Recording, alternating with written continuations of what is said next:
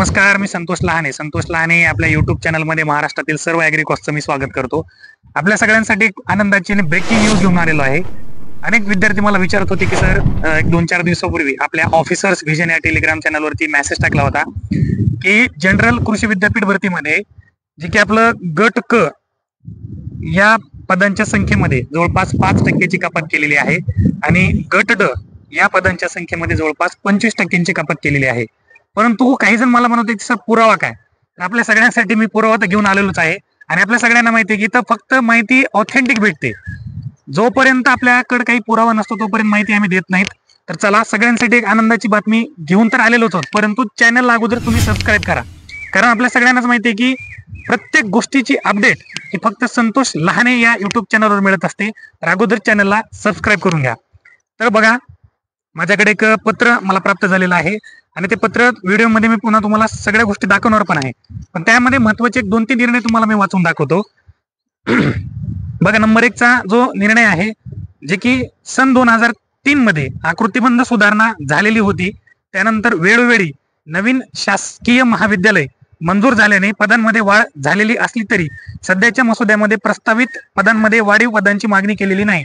म्हणजे त्याचा अर्थ असा आहे की सध्या जे नवीन शासकीय महाविद्यालय मंजूर झालेले आहेत त्यांच्या पदांमध्ये सध्याच्या मसुद्यानुसार वाढ केली गेलेली नाही. नंबर 2, गट ड जे की पद आहेत त्या पदांच्या संख्येमध्ये जवळपास 25% कपाती केली गेलेली आहे. त्यानंतर गट क या पदांच्या संख्येमध्ये जवळपास 5% कपात केली गेलेली आहे. आणि सगळ्यात महत्वाचा आणि जबरदस्त निर्णय म्हणजे वेळोवेळी आकृतीबंध सुधारणेच्या बैठकांमध्ये सूचित केल्याप्रमाणे विद्यापीठाने तहसीलदार, मंडळ अधिकारी, विधी अधिकारी, तलाठी तसेच सहाय्यक प्राध्यापक या पदांच्या प्रस्तावित पदांमध्ये समावेश केलेला आहे. ही सगळ्यात मोठी ब्रेकिंग न्यूज आपल्यासाठी असणार आहे. जे आपण स्वप्न पाहत होतो एमपीसी मार्फत आपल्याला तहसीलदार व्हायचे किंवा सरळ सेवेमार्फत तलाठी असेल, बाकीच्या पदांची जी की पूर्तता ती आता सध्या कृषी विद्यापीठामार्फत हे पदं भरली जाणार आहेत. ही सगळ्यात महत्वाची अपडेट आपल्यापर्यंत घेऊन आले.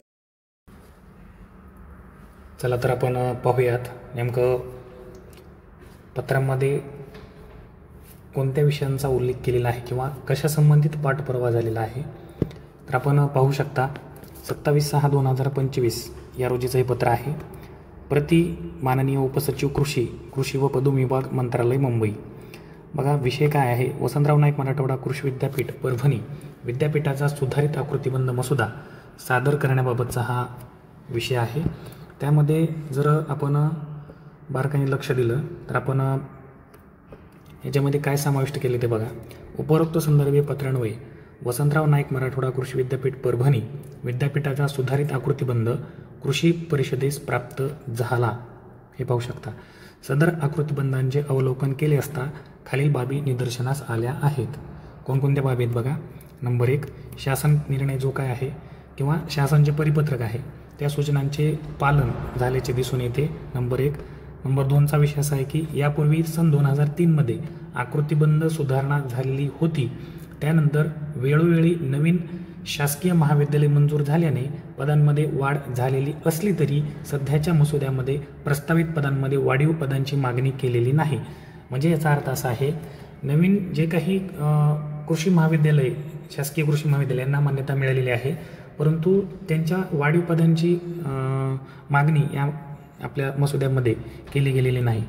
त्यानंतरचा 3रा मुद्दा बघा.